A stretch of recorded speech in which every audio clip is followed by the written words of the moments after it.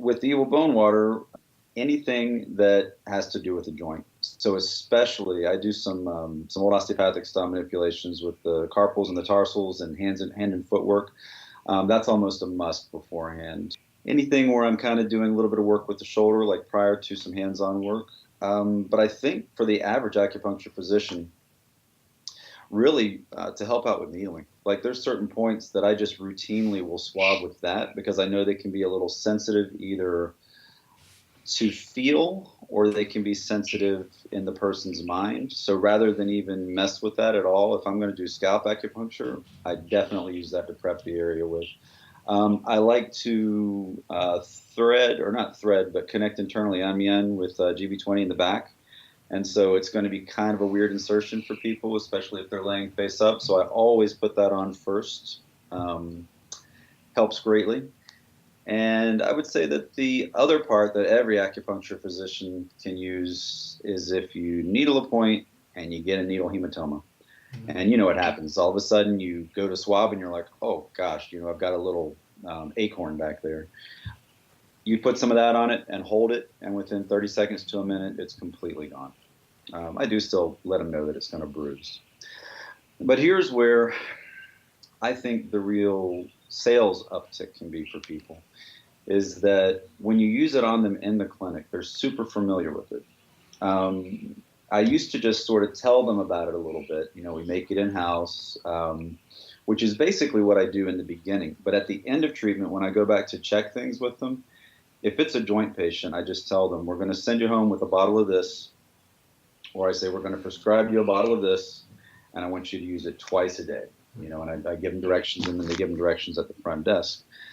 That one little hint or that one little prescription is what probably drives secondary sales more than almost anything else. And by that, not only does the person come back, but they come back and get some for somebody else, or uncle or aunt, whoever stole their bottle. Now they need another one. Mm-hmm. So it's made a big difference. Now, there are some things you can use it for that I do not necessarily recommend. So that category is stuff that I use it for and certain patients have used it for. And I don't necessarily know why I don't recommend it, but say, for instance, for small cuts and things like that, because of the addition of the sanchi and a few other things, it not only stops the cut almost immediately, but it also takes the pain away. Bug bites, wasp sting. I've seen a proper wasp sting someone, and within 1 minute of application being held down with a bottle or a cotton ball, all symptoms completely gone.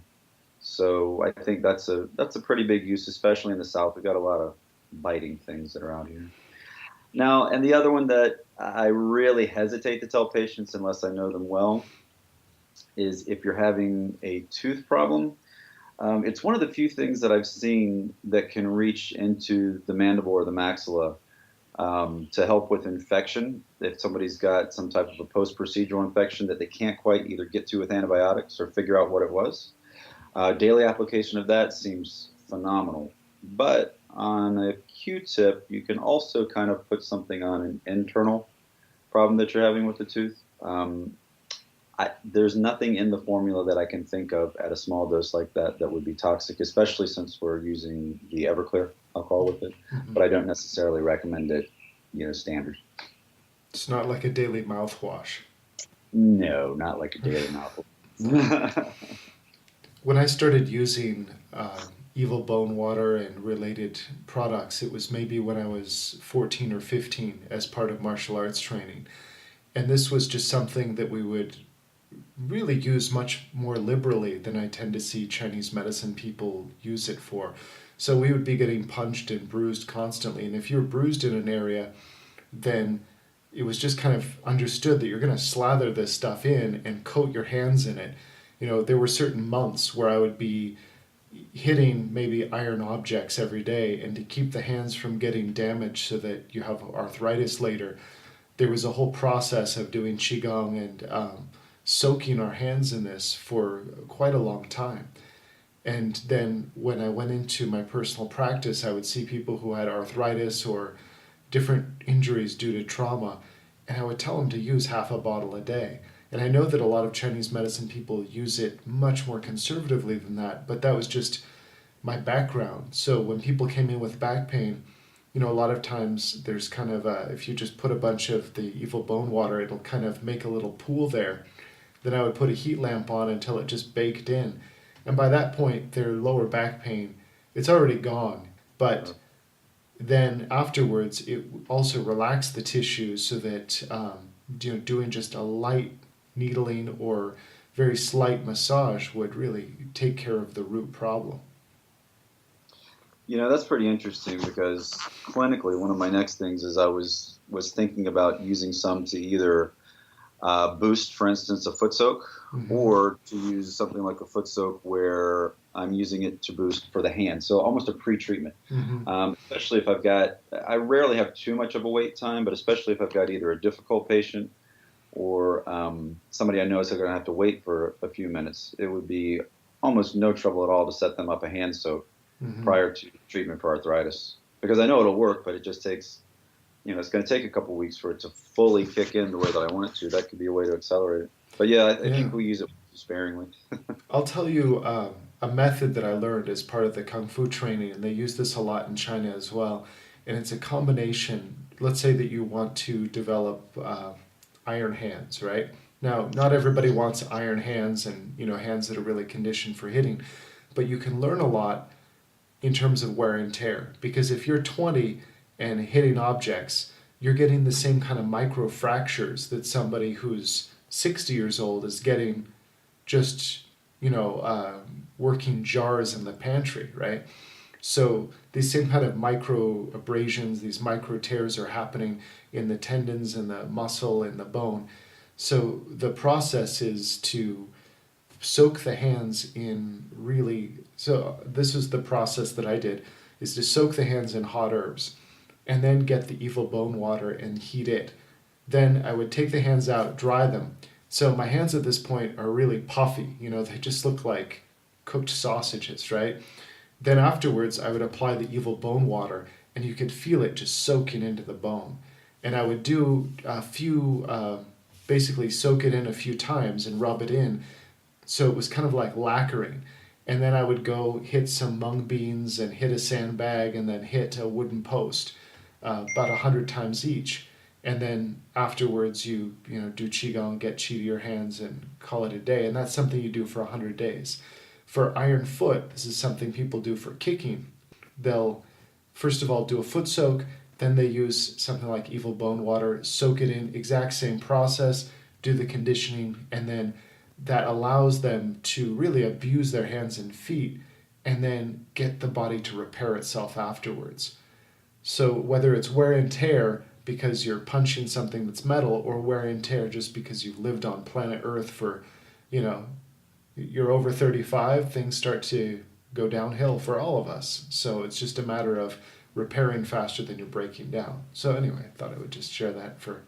Well, no, that's awesome. I think that I tend to, as an herbalist, be a little bit conservative because I find a lot of times conservative does the job. Mm-hmm. But I really like that, especially when you talked about the knitting properties. I don't think that enough people know about that. I mean, with helping with non-union fracture, with helping accelerate the healing of bone, tendon, ligament, things like that, it's amazing. I haven't broken many bones in my body. They've mostly been tarsals or toes. But I broke a couple about a year ago, and they were properly broken. They Mm-hmm. weren't compound fractures, but they were broken. And I overused it a little bit. So the only thing with overuse is the original formula can cause a bit of drying, Mm-hmm. really, really drying the skin. I don't think that the Evil Bone Water version does that as much. I haven't seen it yet with a patient anyway. But yeah, the broken toes were healed within 4 weeks. It was a pretty quick turnaround. I've seen the same thing with other patients. Bones that just will not heal. They've been working on for 6 months. All of a sudden, with the addition of Evil Bone Water, but also with internal herbs as well, that Mm-hmm. it speeds it to normal healing time. But yeah, I think we need to examine kind of the way that we use a lot of these things because I think also in school we're taught fairly conservatively as far as Mm-hmm. the use goes, but they can be used much more aggressively, especially depending on the patient. One of the ways that we would use it growing up was with a rolling pin. So if somebody got a big bruise on their leg, I mean, a fairly sizable bruise, Hmm. instead of waiting a few weeks and being in pain, it would be, you know, just soaking this stuff in, using a rolling pin to push it out, and sometimes just physically pushing it, and it hurts a lot at the time. But once you push out that dead blood and it gets back into the system, then you're back on your feet 3 days later. You know, there's no hint of a bruise. So that evil bone water is used quite a bit as a home remedy. It's one of the go tos that most Chinese families know. Like, okay, so and so's got a bruise. Let's rub this out and make sure the stasis is gone. Soak this in every day and just be done with it, rather than ice and heat and stretching and um, the recovery time when you're not using something like evil bone water is just so long. It's something I used to just assume was necessary, but after having that kind of exposure, it's just like, well, why would anybody live with a bruise if you can soak the evil bone water in and call it a day and be stronger afterwards? And I think with our, as part of patient education, et cetera, patients don't know that there's stuff like that. They really don't Mm-hmm. have anything like that except for, what grandma's home remedies were, Mm-hmm. some Vicks or stuff, which they rarely even use anymore. So yeah, I think a little patient education goes a long way with it. So I have a question about supply because no fewer than 4 people in the last week have just asked me, do you know when we can get on the list to get evil bone water? We had a couple of turning points when we were in our first month of real production. It scaled up really, really quickly. There was a bit of an equipment problem, which we took care of. And then, thanks to you, there was a supply problem that was taken care of as well. The supply we were getting in, I don't know if anybody else has experienced this, but it was, I was a little upset with it, to be honest with you, because what happened is, we've got the same half dozen wholesale suppliers in America of herbs that we've always had. And I hadn't really used them in over a decade. I used to make a lot of dermatology topicals, but honestly, there just wasn't the demand for it. Didn't matter how good they were, that nobody was really into it 10 or 15 years ago. So anyway, I'm needing herbs. There's some that I'm needing a little bit more of than others. As I'm starting to order from our suppliers and putting a little bit of pressure on them for more, I started to get in what I would just consider some crap. Basically, the average person that would order it to make a bath bomb or to make a whatever they're making. There's a lot of home makers these days, which I think is really cool. They would have absolutely no idea that this was an inferior quality. And most herbalists, to be honest with you, might not even think that much about it. But some of them, I was like, I couldn't even use it. Now, what really shocked me is one of the suppliers I called, or I had my office call and say, look, I don't even think that I can really use this. Are you sure you sent us, what we were asking for? And without a word, they just sent out a new pound, and it was a much better quality when it arrived. They didn't even charge us for it. So that's suggesting that they might have even known that they were just, sending it out. So I was getting fairly frustrated. Um, but then when I got a hold of the herbs from you guys, it was a serious game changer. I mean, I had finally had enough business where I could support that kind of a bulk. And when they came in, I was expecting them to be good. I wasn't expecting, honestly, what came in though, because they were so much better, so much of an order of magnitude better, that I just sat there for a couple nights in the clinic, just kind of staring at them.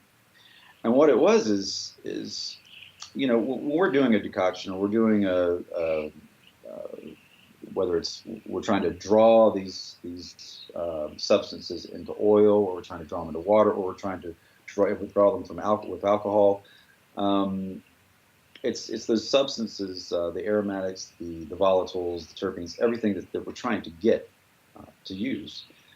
But when I would put one of the domestically bought herbs up against the other herb. Not only was the texture and the size and everything much better, but I think the smell is what just seals it, because you can put them side by side, and most herbs that come in with the regular suppliers will have a couple of notes to them. And by notes, you'll get a hint of this or a hint of that or a hint of smokiness or a hint of something. Do you know what I mean? Maybe two or three notes. The herbs from you guys are 6 notes, 8 notes. Really a good depth of it. Really just completely different.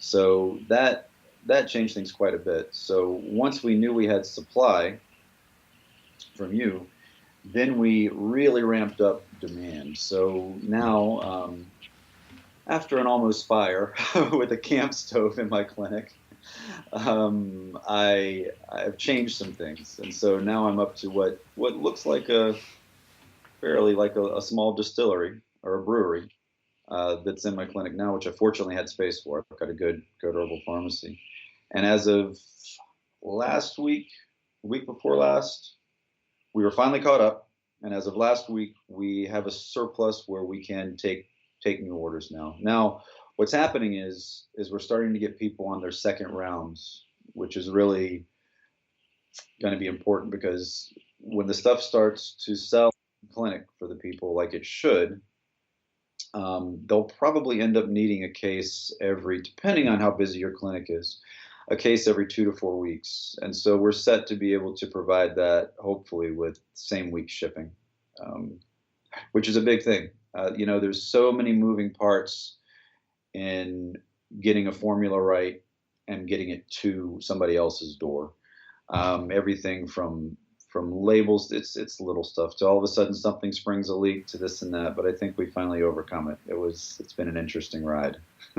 That's great. I'm looking forward to getting some myself. Simply doing acupuncture, there are cases, we all have those outlying cases where you do it once and the person gets off the table, no pain, it's a miracle. And then there's some people where it's a lot longer than that. And especially that first treatment, the first week, if you do acupuncture and they get up and say, well, I didn't feel nothing. Well, I know I told you it's going to take 10, but if they get up and don't have a positive experience, in my clinical experience, you're much less likely to see them.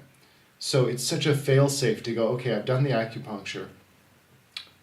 Before I'm asking them how they're feeling, I'm going to dump a bunch of this stuff on them because I know it's going to kill pain. And if they get up after this stuff is soaking in with a heat lamp and say that they feel the same, I know they're lying, because physiologically, Right. there's no way. So just in terms of, let's say that, the patient comes in, they're spending, I don't know, let's say national average, something like $80 for a treatment, right? And then if you think putting $5 to $10, for me, I'm very happy to do that, of product on somebody and include it in the cost of the treatment. Who cares? Because then my reputation won't suffer at all because of naturally occurring things. Like sometimes acupuncture isn't going to work in one treatment. Sometimes it's not going to work in 3 treatments. The clinical research shows that there's 15 to 20% of people it's just not going to work on. Right. So do I want, instead of referrals from somebody, glowing referrals, them coming in to buy product and referring it to their friends and family as a way to actually draw people in? It's not a chance that personally I want to take. So that's the way that I'm looking at it. I think it's really cool, the entire process, the quality, both from on the turpentine and the alcohol quality that you're using, the herb quality that Lon was able to help source in China is literally the best on the planet. Just get me on the list before the other jerks. That's my only request. Well, I definitely will. But I think part of this is, in America, we need to think about. I mean, China has they've embraced capitalism, to the point where we're not buying inexpensive product from them anymore. Really, do you know what I Mm-hmm. mean? Our my patent herb prices have quadrupled over the of a 10-year span. Everything's kind of changing. So I think in any of these cases, where we can kind of take something that is a great product and we can make it our own in a way by improving the quality that's left out of mass production. You know, there's some things that if I was mass producing this, it would just never, it wouldn't be viable. I know that. You know, if I were to jump up to 1,000 cases, it just wouldn't be viable. So I think when we can get stuff for relatively the same price or bring it to people for that, and you've got something that is in some ways uniquely American, but you've got a higher quality, you've got a higher quality package, you've got higher quality herbs, and you know what's in it. You know, they know that some guy on a small island in Georgia put this stuff together, or any of us that are makers. You know, Mm-hmm. I know that somebody from Denver put this together, and they did it with skilled hands. You know, I think that that's important. Not to mention one thing that I really hate is if I have to charge somebody, say for instance, $15 for something that I get for five, you know, because you do have to have a decent markup so that your one single product loss doesn't ruin your whole, you know, profit for that. That they can go to Amazon and get the same thing, you know, overnighted to them for half the price or something. I really haven't liked that. So I really like being able to provide products that are going to be more effective, better quality, but also allow the practitioner to actually make a buck or two without having to hear, "Oh, it's on Amazon for $15. Mm-hmm. Oh, it's on Amazon for 20." We can't really fight that, but um, yeah, we can with products like this for sure. And what you said, I'm really a big believer in. You know, when people come into the clinic, you got to hook them some way or another. You know, sometimes I call it the smoke, mirror, and lights of acupuncture or the dog and pony show just a little bit. I mean, in an honest way. I try to get them on board with me. You know, I try to tell them, look, we're going to give you acupuncture. We're going to give you something to use at home. We might give you some herbs. We're going to maybe do a little bit of hands-on work, but it might take a couple sessions, but we're really going to get this going. You've got to instill some kind of confidence in them from day one. And if it is with a half a bottle of evil bone water, or if it's with something like a soak, or if it's with, you know, a cupping treatment, or something that they are going to feel a difference with of some sort, um, you know, they'll be back. When you can get that team approach that you're coming at it from the different angles, I think that they really like it, and they really will stay with you and for the sessions needed. You know, that's what I always tell people. I can get you better if I just get the sessions needed that it's going to take to do it.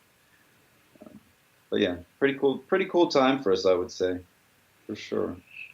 You mentioned cupping. Do you use it quite a bit with cupping as well? You know, I do. I usually use something with more of an oil consistency for cupping, like Posemon and possibly the Black Ghost oil in the future. Actually, probably that's what's going to be happening with that. Um, but yeah, I mean, that I'll tend to possibly cup with an oil based first, but then after that, I'll clean the area that I need to needle with something like Evil Bone Water because then it's getting sort of double duty. Great. So, do you have a website that people can, reach you for orders?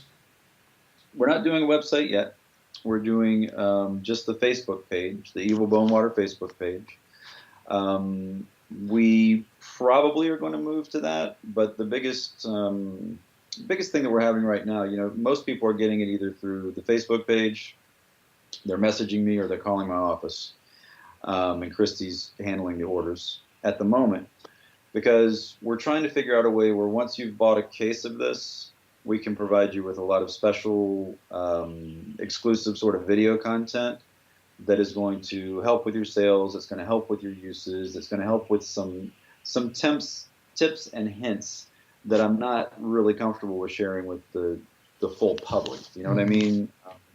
And also that relates to the pricing of it as well. I'm trying to keep the pricing structure where it's something that's private, so that each of these clinics can depending on what their market is, they can set their own price and never end up seeing it online for, you know, like 15 or $20. Mm-hmm. Right now, I think the average clinic is finding a sweet spot somewhere between $20 and $30 for their sales. My in where it's made, you know, if Mm-hmm. it's a patient, I'm doing it for about $15. But yeah, most people are finding something around the 20 to 30 buck range that seems to be good, with some much higher, which is perfectly fine. Yeah, in China, you couldn't find this quality at $40. You couldn't do it. Yeah. It wouldn't Yeah. be under 300 kwai. There's no way. And that's something I'm really considering, because the with the quality level going up the way that it has, it's a totally different product. I mean, I've done some side by side. Actually, I do side by side comparisons with every batch. To be honest with you, and when I say batch, it's like a 12-liter batch. But with every batch that I do, I compare it to the stuff made with the original herbs, because I have a bit of that left. I compare it to the commercial version. I compare it to the current version that we're making. Usually the back of my neck. I like to say that I'm kind of immune to it. I can't feel it on my hands or things like that anymore, because I've been exposed to it so much. But yeah, the quality, I think we can really command a lot more for it, for sure.